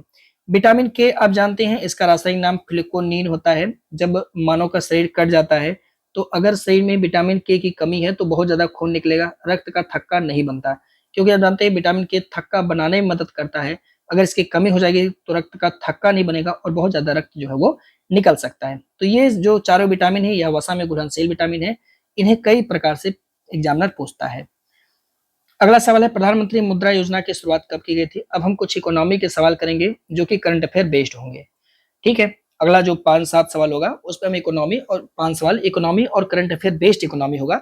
तो इस वजह से हो सकता है आपको लगे कि ये सब सवाल करंट अफेयर के हैं, तो घबराना नहीं है, अच्छे से डील करना है। आने वाला 24 सवाल है वो काफी हो सकता है डरावना हो, पर कोई दिक्कत नहीं है, सॉल्व हो जाएगा, है ना। चलिए, तो ये प्रधानमंत्री मुद्रा योजना की स्टार्टिंग कब हुई? पहले ही सवाल, तो अप्रैल 2015। सही जवाब हो जाएगा आपका सी। अगर आप भी चुन रहे हैं सी तो आपका होगा राइट आंसर। अब जरा समझिएगा इस योजना के बारे में, प्रधानमंत्री मुद्रा योजना। तो अप्रैल 2015 में इसकी स्टार्टिंग की गई थी। उद्देश्य क्या था? जो छोटे गैर कारपोरेट असंगठित उद्यमी हैं, इनको बिना प्रतिभूति के हम क्या करेंगे, ऋण मिलेगा। ऋण नहीं मिलता वो अलग बात है, पर योजना में मिलता है। कहा गया कि भैया देखो, योजना के तहत अब तक हमने कुल 33.65 लाख करोड़ रुपए से ज्यादा बांट दिए हैं। सबसे ज्यादा कौन सा राज्य बांटा है? तो सबसे ज्यादा तमिलनाडु वाले बांटे हैं, और दूसरे नंबर पे उत्तर प्रदेश, तीसरे नंबर पे कर्नाटक ने प्रधानमंत्री मुद्रा योजना के तहत बांटा है। तो अगर आपसे पेपर में कहे कि उत्तर प्रदेश इसके आवंटन में कौन से स्थान पे है, तो कौन से स्थान पे उत्तर प्रदेश है? दूसरे स्थान पे है। कितना रुपया आवंटित किया जा चुका? डाटा बहुत पूछता है, इस बार 2023 में खूब पूछा है। तो याद रखिएगा 33.65 लाख करोड़ रुपए से ज्यादा ये योजना के तहत बांटा जा चुका है। योजना स्टार्ट कब हुआ था? अप्रैल 2015 में पीएम मोदी ने किया था। ठीक है, अगला, नीति आयोग के द्वारा जारी किया गया है FHI यानी राजकोषीय स्वास्थ्य सूचकांक, हेल्थ इंडेक्स। ठीक है, फिजिकल हेल्थ इंडेक्स इसको बोलते हैं, FHI। तो पहला प्रश्न कि जारी कौन किया है? नीति आयोग। अब कह रहा है कि कितने प्रमुख राज्यों को शामिल किया गया। अब देखिए, इसमें 18 राज्यों को शामिल किया गया है। जो 18 राज्य हैं उनको शामिल किया गया है FHI में। तो 18 राज्यों को ही शामिल किया गया है, बिल्कुल सही है। ठीक है, सी हो जाएगा प्रश्न का राइट आंसर। अब देखिएगा, अगर हम बात करेंगे FHI जारी कौन करता है, तो पहला संस्करण है जिसे नीति आयोग ने जारी किया है। सूचकांक में वित्त वर्ष 2022-23 के डाटा के आधार पर भारत के 18 प्रमुख राज्यों को शामिल किया गया है। यह जो सूचकांक है उसमें 5 संकेत हैं। कौन कौन से? व्यय की गुणवत्ता आपके यहाँ कैसी है, राजस्व संग्रहण आप कैसे कर पाते हैं, राजकोषीय विवेकीय का कैसे इस्तेमाल होता है, ऋण बोझ सूचकांक आपका कितना है, ऋण की स्थिरता कितनी है। और इस संदर्भ में 4 श्रेणियों में राज्यों को मतलब स्कोर मिलता है। एक तो अचीवर की श्रेणी, दूसरा हमारा है फ्रंट रनर, तीसरा परफॉर्मर, और चौथा है एस्पिरेशन। तो आने वाले वीडियो में हो सकता है आपसे पूछ ले कि भाई अचीवर में कौन कौन से राज्य हैं, तो घबराइएगा मत। अब तो इतना पता चलेगा कि जारी कौन करता है। संस्करण इसका पहला है, 18 राज्य हैं, ये आपको ध्यान रखना है। ठीक है, अगला, आयुष्मान वय वंदना कार्ड की शुरुआत कब की गई थी? इस बार योजना के 2 सवाल देखने को मिले, कोई दिक्कत नहीं है, सॉल्व कर लेंगे हम लोग। आयुष्मान वय वंदना की शुरुआत तो भैया 29 अक्टूबर 2024 को किया गया था। आप जानते हैं कि 2024 में ये योजना आया था, 29 अक्टूबर का समय था। तो अक्टूबर 2024 को यह योजना चालू किया गया, आयुष्मान वय वंदना कार्ड योजना। तो सी हो जाएगा प्रश्न का राइट आंसर, यानी सही जवाब। ठीक है, समझेंगे। देखिए, बात करेंगे तो 29 अक्टूबर 2024 को प्रधानमंत्री नरेंद्र मोदी के द्वारा धन्वंतरी जी की जयंती थी और 9वां आयुर्वेद दिवस मनाया जा रहा था जब इन्होंने इस योजना को लॉन्च किया। आप जानते हैं 2018 में यानी 23 सितंबर 2018 को एक योजना सरकार ने लाया था जिसका नाम था आयुष्मान भारत प्रधानमंत्री जन आरोग्य योजना। उसी का ही एक मान के चलिएगा कि उसी योजना के तहत ही ये भी योजना उसी से लिंक्ड योजना है, ठीक है, आयुष्मान वय वंदना कार्ड योजना, ठीक है। तो इसी योजना का रूप है। तो अगर आपसे पूछेगा कि आयुष्मान भारत प्रधानमंत्री जन आरोग्य योजना इसकी स्टार्टिंग कब की गई थी, तो जवाब होगा 23 सितंबर 2018। अगर पूछेगा कि आयुष्मान वय वंदना कार्ड योजना, तो आपका जवाब होगा कि 29 अक्टूबर 2024, ठीक है। इतना याद रखना है, काम चल जाएगा। अगला 4 अक्टूबर 2024 को भारतीय रिजर्व बैंक द्वारा विदेशी मुद्रा भंडार, देखिए ये भी क्वेश्चन इकोनॉमी का ही है, जितने सवाल हैं सब इकोनॉमी के हैं, पर करंट अफेयर बेस्ड है, इसलिए आपको थोड़ा करंट अफेयर लग सकता है।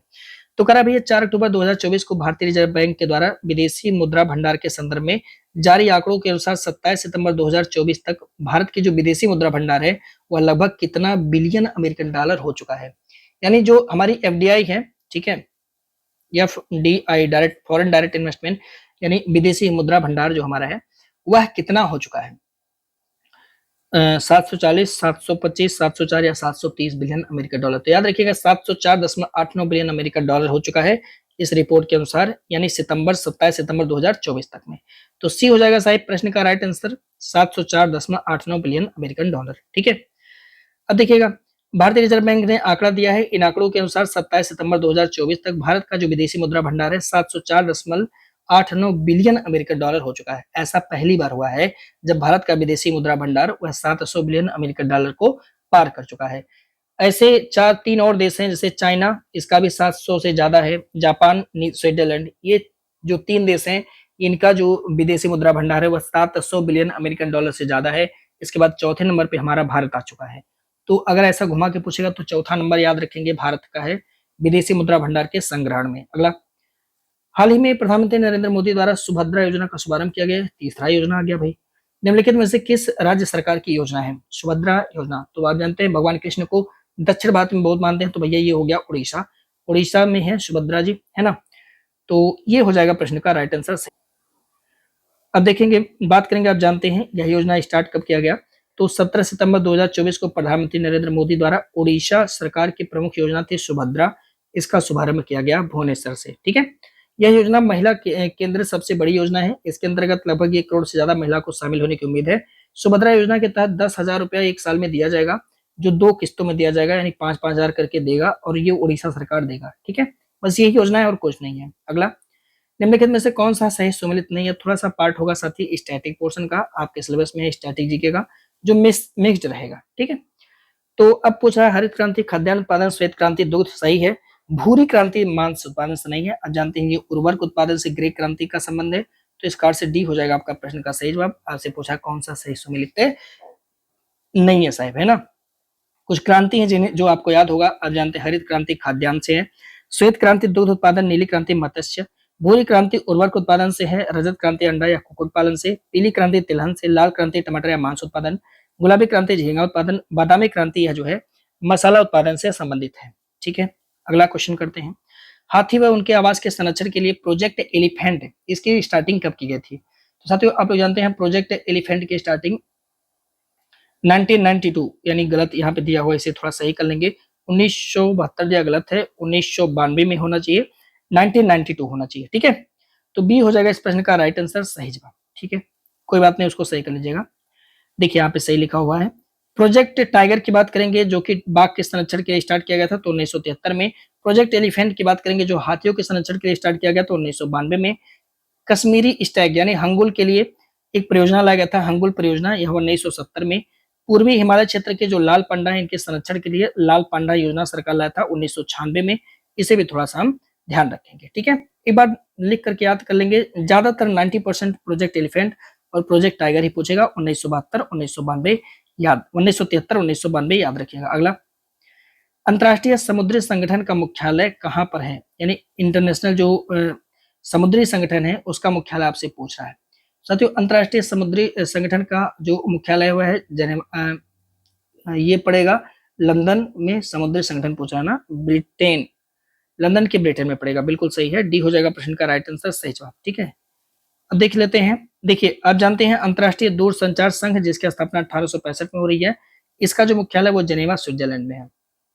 सार्वभौमिक डाक संघ, इसकी स्थापना 1874 में होती है, इसकी जो मुख्यालय वो बर्न स्विट्जरलैंड में है। अंतर्राष्ट्रीय श्रम संगठन 1919 में इसकी स्थापना होती है, जेनेवा स्विट्जरलैंड में ये भी है। अंतर्राष्ट्रीय मुद्रा कोष 1945 में होती है, वाशिंगटन डीसी यानी संयुक्त राज्य अमेरिका में इसका मुख्यालय। अंतर्राष्ट्रीय समुद्र संगठन 1948 में इसकी स्थापना होती है, लंदन यानी ब्रिटेन में इसका जो है मुख्यालय साथी है ना। अगला क्वेश्चन करा कि 34वां वैश्विक सूचना प्रौद्योगिकी रिपोर्ट निम्नलिखित में से किस संगठन के द्वारा जारी किया गया है? अभी हाल ही में जारी किया गया, आप जानते हैं इसे विश्व आर्थिक मंच के द्वारा जारी किया गया वैश्विक सूचना प्रौद्योगिकी रिपोर्ट। तो इस प्रश्न का जो सही जवाब होगा वो आपका जो है सी, राइट आंसर। ठीक है, अब देखिए विश्व आर्थिक मंच के द्वारा कौन कौन सा रिपोर्ट जारी किया जाता है। सबसे पहले याद रखिएगा वैश्विक सूचना प्रौद्योगिकी रिपोर्ट, यह विश्व आर्थिक मंच जारी करता है। यात्रा एवं पर्यटन प्रतिस्पर्धा रिपोर्ट ये भी जारी करता है। वैश्विक प्रतिस्पर्धा सूचकांक, वैश्विक लैंगिक अंतराल रिपोर्ट, ऊर्जा संक्रमण सूचकांक, वैश्विक जोखिम सूचकांक, वैश्विक यात्रा पर्यटन रिपीट हो गया है। तो ये सारे सूचकांक जो है वो विश्व आर्थिक मंच के द्वारा जारी किया जाता है। अगला, पूला निम्नलिखित में से किस देश की राष्ट्रीय मुद्रा है? जो पूला है वह किस देश की राष्ट्रीय मुद्रा है? आपके सिलेबस में मुद्रा भी दिया हुआ है, याद रखेंगे। तो साथियों जो पूला नाम की मुद्रा है यह मुद्रा बोत्सवाना की है। ठीक है, तो इस प्रश्न का जो सही जवाब होगा आपका बी हो जाएगा, राइट आंसर। ठीक है, अब कुछ देश है उनकी मुद्राएं आपको याद रखना होगा, जैसे जम्बिया की राजधानी लुसाका और इसकी मुद्रा जो है वो क्वाचा है। बोत्सवाना की राजधानी गैबोरोन और इसकी मुद्रा जो है वो पुला है। बुल्गारिया की राजधानी सोफिया और इसकी मुद्रा लेवे है। कोमोरस की राजधानी मोरोनी और इसका जो मुद्रा है वो फ्रैंक है। कोस्टारिका की राजधानी सेंट जोन और इसकी जो मुद्रा है कोलोन है। चेक गणराज्य की राजधानी प्राग है जिसकी मुद्रा है कोरोना। और इरिट्रिया की राजधानी अस्मरा है जिसकी जो मुद्रा है वह नकफा। घाना की राजधानी अकरा है जिसकी जो मुद्रा है वह है सेडी।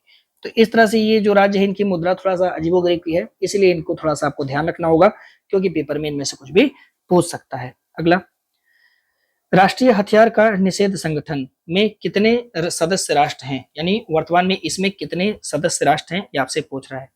तो आप जानते हैं इसकी स्थापना 1997 में किया गया था। वर्तमान में इसमें कुल 193 सदस्य राष्ट्र हैं, यानी डी हो जाएगा प्रश्न का सही जवाब। ठीक है, बात करेंगे कि राष्ट्रीय हथियार का निषेध संगठन जिसकी स्थापना 1997 में होती है, इसका मुख्यालय हेग नीदरलैंड में है। वर्तमान में इसके सदस्य उनकी संख्या 193। इसका कार्य क्या है? रासायनिक हथियार के उपयोग पर प्रतिबंध लगाना, उसके विनाश को सत्यापित करना और रासायनिक हथियारों के खतरे को सुरक्षा प्रदान करना, ये सब काम ये करता है। इसकी ये एक प्रकार का, एक समझिएगा कि अभिसमय है, एक प्रकार का समझौता है जिसे विश्व के लोग माने हैं। यह समझौता हुआ था 29 अप्रैल 1997 कि हम जो है इस प्रकार के जो रासायनिक हथियार हैं उनका इस्तेमाल नहीं करेंगे। ठीक है, तो ये चर्चा में है इसीलिए इसको थोड़ा ध्यान रखिएगा। अभी आप जान ही रहे हैं कि किस तरह से अमेरिका और रूस वगैरह मिलकर के सब कंफ्यूजन में पड़े हुए हैं। तो 29 अप्रैल 1997 को ये चीजें चल रही हैं। अगला, 22वां भारत टेलीकॉम 2025 का आयोजन कहाँ पर किया गया है? ये क्वेश्चन आपसे पूछ रहा है कि इसका आयोजन कहाँ पे किया गया। तो याद रखिएगा यह आयोजन साथी हमारे नई दिल्ली में हुआ है। नई दिल्ली के अंदर 22वां भारत टेलीकॉम 2025 यानी इसका ये 22वां संस्करण है। ठीक है, तो प्रश्न का जवाब होगा ए। अब कुछ आयोजन हुआ है नई दिल्ली में, याद रखिएगा। सबसे पहला आयोजन भारत 6G 2025 का तीसरा अंतर्राष्ट्रीय सम्मेलन और प्रदर्शनी ये हमारे नई दिल्ली में हुआ है। दूसरा, भारत ईरान संयुक्त आयोग की बैठक जो कि 20वां संस्करण था, यह भी नई दिल्ली में हुआ है, भारत ईरान वाला। ठीक है, और एक और हुआ है, याद रखेंगे, दुबई में अभी हाल ही में अरेबियन ट्रेवल मार्ट 2025, यह यूएई में हुआ है, 32वां संस्करण था। अंतर्राष्ट्रीय समुद्री रक्षा प्रदर्शनी एशिया, यह सिंगापुर में हुआ है, याद रखेंगे। 22वां भारत टेलीकॉम 2025 ऐसे ही लिख देगा तो इसका संस्करण 22वां है, नई दिल्ली में। ठीक है, विश्व आर्थिक मंच की 55वीं बैठक आप जानते हैं स्विट्जरलैंड के अंदर इसका आयोजन किया गया है। तो ये कुछ आयोजन है जिन्हें आपको ध्यान रखना होगा, करंट अफेयर बेस्ड क्वेश्चन है। अगला, दुनिया की सबसे बड़ी एरोस्पेस ग्रेट टाइटेनियम इकाई का उद्घाटन उत्तर प्रदेश के निम्नलिखित में से किस जिले में किया गया है? तो यह जो है इसकी उद्घाटन साथी यह किया गया लखनऊ में। अब देखिए दुनिया की सबसे बड़ी एरोस्पेस ग्रेट टाइटेनियम इकाई है तो ये जरूरी हो जाता है क्योंकि ये वर्ल्ड लेवल का है, इसीलिए। ठीक है, देखिए कुछ घटना याद रखिएगा कि जून 2025 में आप जानते हैं उत्तर प्रदेश का जो लखनऊ शहर है यह यूनेस्को का क्रिएटिव सिटी ऑफ गैस्ट्रोनॉमी में नामांकित किया गया, तो ये भी हमारे लिए बहुत गर्व की बात है। दूसरी बात कि 13 मई 2025 को लखनऊ में दुनिया का सबसे बड़ा एरोस्पेस ग्रेट टाइटेनियम इकाई का उद्घाटन किया गया है, ये भी अच्छी बात है। तीसरी बात कि उत्तर प्रदेश के गोरखपुर में प्रदेश का यानी उत्तर प्रदेश का पहला state institute of hotel management की स्थापना की जा रही है, तो बहुत अच्छी बात है, होटल मैनेजमेंट भी लोग यहाँ पे कर पाएंगे। अब 12 मई 2025 को केंद्रीय रक्षा मंत्री राजनाथ सिंह ने कहा कि भैया जो उत्तर प्रदेश का आगरा है यहाँ पे ब्रह्मोस मिसाइल का निर्माण किया जाएगा। तो भैया यहाँ पे निर्माण की बात होगी ब्रह्मोस मिसाइल कहाँ पे उत्तर प्रदेश के, तो लखनऊ में नहीं, आगरा में। इसको थोड़ा ध्यान रखना होगा, आपसे घुमा के पूछेगा। अगला, चुनौतियां मुझे पसंद है पुस्तक निम्नलिखित में से किसकी जीवनी पर आधारित है। ये पुस्तक है और कह रहा है कि भैया ये किसकी जीवनी पर आधारित है, ये थोड़ा आप हमको बता दो। तो याद रखेंगे जो उत्तर प्रदेश के वर्तमान में राज्यपाल हैं आनंदीबेन पटेल, इनकी जीवनी है चुनौतियां मुझे पसंद है। तो चुनौतियां मुझे पसंद है, यह आनंदीबेन पटेल की जीवनी है, इन पर बेस्ड ये पुस्तक है, इनकी जीवनी पर भी हो जाएगा आपका प्रश्न का सही जवाब। ठीक है, अब देखिएगा इसके जो लेखक हैं वो तीन लोग का नाम आता है, विनय जोशी, अशोक देसाई और अशोक जानी। यह पुस्तक उत्तर प्रदेश की राज्यपाल आनंदीबेन पटेल की जीवनी पर है, जिसका विमोचन 1 मई 2025 को उपराष्ट्रपति माने भूतपूर्व उपराष्ट्रपति श्री जगदीप धनखड़ के द्वारा किया गया है। ठीक है, अगला नेक्स्ट, निम्नलिखित में से किस राज्य की सरकार ने बफर में सफर योजना की शुरुआत की है। ये तीसरी योजना, 4 योजना आज हो गया पूरे सेशन में, कोई दिक्कत नहीं। ठीक है, 4 योजना कंप्लीट हो जाएगा। गुजरात, हरियाणा, राजस्थान, उत्तर प्रदेश। तो याद रखेंगे बफर में सफर ये स्कीम उत्तर प्रदेश सरकार की है। अब ऐसा क्या है भाई, तो उत्तर प्रदेश सरकार ने इको टूरिज्म को बढ़ावा देने के लिए बफर में सफर योजना की शुरुआत की है। अब जानते हैं कि उत्तर प्रदेश सरकार की जो उत्तर प्रदेश पुलिस की जो पुलिस पोर्टल है, पुलिस एवं सुरक्षा की श्रेणी में इसको स्कॉच पुरस्कार से सम्मानित किया गया। ये भी बहुत जरूरी है, जान लीजिएगा। भारत का पहला waste to wildlife park, ये हमारे उत्तर प्रदेश के मुरादाबाद, वही पीतल वाला, वहां पे बनाया जाएगा साहब। बहुत इंपॉर्टेंट है, याद रखिएगा कि भारत का पहला waste to wildlife park Uttar Pradesh के किस जिले में बनेगा, तो जवाब आपका होगा मुरादाबाद। याद रखिएगा साहब, मुरादाबाद वाले बल्ले बल्ले है ना। अगला, हाल ही में जारी वैश्विक नेटवर्क तत्परता सूचकांक 2025 में भारत की रैंकिंग क्या है, यानी भारत को कौन सा रैंक मिला है। तो साथ ही आप जानते हैं सूचकांक में भारत की जो रैंकिंग है वह है 36वां। 170 देशों में 36वें नंबर पे है, और यह जो जारी किया गया है आप जानते हैं अंकटाड ने इसको जारी करता है, ये अंकटाड द्वारा जारी किया गया। भारत की रैंकिंग कौन सी है साथियों, 36वां है। कितने देशों में 36वां, तो आपका जवाब होगा साहब 170 देशों में। ठीक है, अगला, रायसीना डायलॉग 2025 के संदर्भ में निम्नलिखित कथनों पर विचार कीजिए। इसका आयोजन प्रतिवर्ष नई दिल्ली में किया जाता है, तो ये बात सही है। इस बार के आयोजन समारोह में मुख्य अतिथि वेनेजुएला के राष्ट्रपति निकोलस मादुरो उपस्थित थे। तो नहीं साहब, वेनेजुएला के राष्ट्रपति इस बार उपस्थित नहीं थे, बल्कि आप जानते हैं न्यूजीलैंड के प्रधानमंत्री आए थे, क्रिस्टोफर लक्सन साहब। ठीक है, तो ये वाला विकल्प आपका गलत हो जाएगा, केवल एक इस प्रश्न का होगा राइट आंसर, यानी पहला हो जाएगा आपका सही जवाब साहब, है ना। रायसीना डायलॉग का आयोजन किया गया 17 से 19 मार्च 2025 को, कहाँ पे, नई दिल्ली में। यह इसका 10वां संस्करण था, जिसका उद्घाटन प्रधानमंत्री नरेंद्र मोदी द्वारा किया गया। प्रतिवर्ष नई दिल्ली में आयोजित होता है। इस बार न्यूजीलैंड के प्रधानमंत्री क्रिस्टोफर लक्सन जो है वह मुख्य अतिथि के रूप में आए हुए थे। निम्नलिखित कथनों पर विचार कीजिए, नीचे दिए गए कोड से सही विकल्प का चयन कीजिएगा। रायसीना डायलॉग 2025 का जो थीम है काल चक्र है, जन, शांति और ग्रहथी, सही है। इसकी शुरुआत विदेश मंत्रालय द्वारा 2016 से किया गया था। अब देखिएगा ये दोनों के दोनों स्टेटमेंट आपके सही हैं, बिल्कुल सही हैं, तो सी हो जाएगा प्रश्न का राइट आंसर। ठीक है, अब समझेंगे रायसीना डायलॉग जो हुआ, आपने अभी देखा जनवरी मतलब नई दिल्ली में। इसका जो थीम है काल चक्र है, जन, शांति और ग्रह। इसकी शुरुआत विदेश मंत्री ने 2016 में ही किया था। रायसीना डायलॉग का आयोजन यह दो लोग करते हैं, ऑब्जर्वर रिसर्च फाउंडेशन के सहयोग से विदेश मंत्रालय करता है, लेकिन इसमें ORF जो है वो मदद करता है, जिसका नाम है ऑब्जर्वर रिसर्च फाउंडेशन। ठीक है, अगला क्वेश्चन करेंगे, निम्नलिखित में से कौन रोमानिया देश के राष्ट्रपति हैं। रोमानिया के राष्ट्रपति कौन है, ये आपसे पूछा से। तो रोमानिया के राष्ट्रपति निकोलस मादुरो हैं। ठीक है, नहीं, ये तो वेनेजुएला के राष्ट्रपति हैं। यहाँ के रोमानिया के राष्ट्रपति हैं निकोसू डैन। ठीक है, एक बार आप इसका थोड़ा गूगल कर लेना, मैं थोड़ा कंफ्यूज हूँ, पर निकोसू डैन ही यहाँ पे राइट आंसर हो जाएगा। रोमानिया के राष्ट्रपति हैं निकोसू डैन। यहाँ पे करेक्ट आंसर जो बनेगा वो आपका हो जाएगा ए, पहला होगा राइट आंसर। यहाँ पे देखेंगे तो दिया हुआ है कि रोमानिया कहाँ वही है। रोमानिया के राष्ट्रपति हैं निकोसू डैन, जबकि निकोलस मादुरो यह वेनेजुएला के राष्ट्रपति हैं। अर्जेंटीना के राष्ट्रपति हैं जेवियर मिलेई। लिथुआनिया के राष्ट्रपति हैं गिदानस नौसेदा। आइसलैंड के राष्ट्रपति हैं हल्ला टॉम्स डॉटिर, और जॉर्जिया के राष्ट्रपति हैं मिखाइल केवेलस्विली।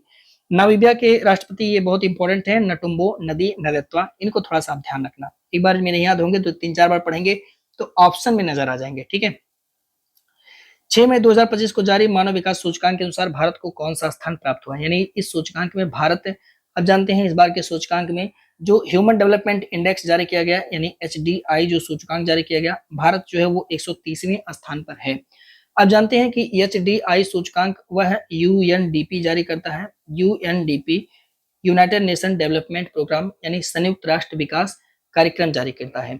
इस वर्ष के सूचकांक में भी आप जानते हैं जो आइसलैंड है वह शीर्ष पर है, तो आइसलैंड वह पहले स्थान पर है, इसको भी थोड़ा सा आपको ध्यान रखना होगा। ठीक है, अगला क्वेश्चन करते हैं। 4 से 7 मई 2025 को एशिया विकास बैंक की 58वीं वार्षिक बैठक निम्नलिखित में से भारत के किस मंत्री ने भाग लिया था? तो भैया अभी हाल ही में ईडीबी की 58वीं वार्षिक बैठक हुई है, 4 से 7 मई 2025 को हुई है। कह रहा है कि भैया भारत की तरफ से कौन गया था इसमें? तो भारत की तरफ से कौन जा सकता है? तो ये सब वित्त का काम है, तो जाहिर सी बात है वित्त मंत्री ही जाएंगे, तो निर्मला सीतारमण जी भाग लेती हैं, तो ये हो जाएगा प्रश्न का राइट आंसर यानी सही जवाब। देखिए, बात करेंगे 4 से 7 मई 2025 को एडीबी की बैठक होती है जो कि 58वीं है। कहाँ पे होती है? इटली में होती है। और एडीबी के जो अध्यक्ष हैं वह है मसांतो कांडा है, इनको याद रखेंगे। एक और बैठक है 15 अप्रैल 2025 को एशियाई अवसंरचना निवेश बैंक का अध्यक्ष अजय भूषण पांडे को अपॉइंट किया गया। ये भी पेपर में आ सकता है, चर्चित व्यक्ति हैं, आप याद रखिएगा अजय भूषण पांडे। कौन है ये भैया? एएआईबी यानी एशिया अवसंरचना निवेश बैंक के अध्यक्ष हैं।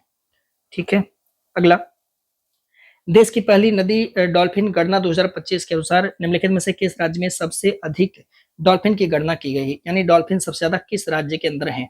तो अभी हाल ही में पहली बार ये गणना किया गया है कि नदी डॉल्फिन गणना रिपोर्ट 2025 पहली बार प्रकाशित किया गया, और इसमें जो हमारा उत्तर प्रदेश है इसमें सबसे ज्यादा जो है वो डॉल्फिन है। ठीक है, इसके बाद दूसरे नंबर पे हमारा बिहार पड़ेगा, तीसरे नंबर पे पश्चिम बंगाल, और चौथे नंबर पे ये असम का नंबर आएगा। तो प्रश्न का जो सही जवाब होगा वह हो जाएगा आपका पहला ए। प्रधानमंत्री नरेंद्र मोदी द्वारा 3 मार्च 2025 को विश्व वन्यजीव दिवस जब है उसी के अवसर पर देश की पहली नदी डॉल्फिन गणना रिपोर्ट को जारी किया गया। इसके अनुसार उत्तर प्रदेश में सबसे ज्यादा लगभग में 2397 डॉल्फिन देखी गई हैं। इसके बाद बिहार में पश्चिम बंगाल, उसके बाद असम का नंबर आता है। ठीक है, अगला, वन स्थिति रिपोर्ट 2023 के अनुसार निम्नलिखित में से किस राज्य में सर्वाधिक वन क्षेत्र है? मतलब क्षेत्रफल के अनुसार ही पूछ रहा है कि सबसे ज्यादा वन क्षेत्र कहाँ पे मिलता है। तो यह साथियों क्षेत्रफल के अनुसार सबसे ज्यादा वन क्षेत्र वह मध्य प्रदेश राज्य में है।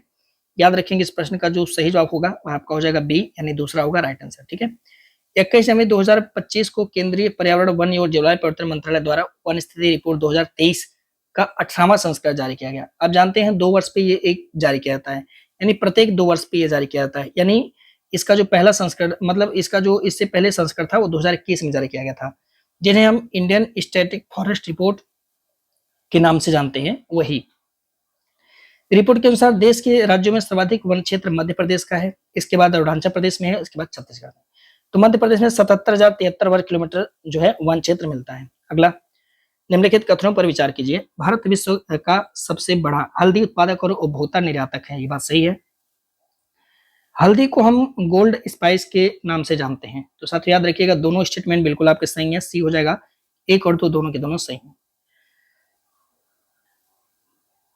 देखिए, बात करेंगे नई दिल्ली में, तो 14 जनवरी 2025 को राष्ट्रीय हल्दी बोर्ड का गठन किया गया, जिसका मुख्यालय निजामाबाद तेलंगाना में। ये क्वेश्चन इंपॉर्टेंट है। ठीक है, इसके अध्यक्ष श्री पल्ले गंगा रेड्डी जी को बनाया गया है।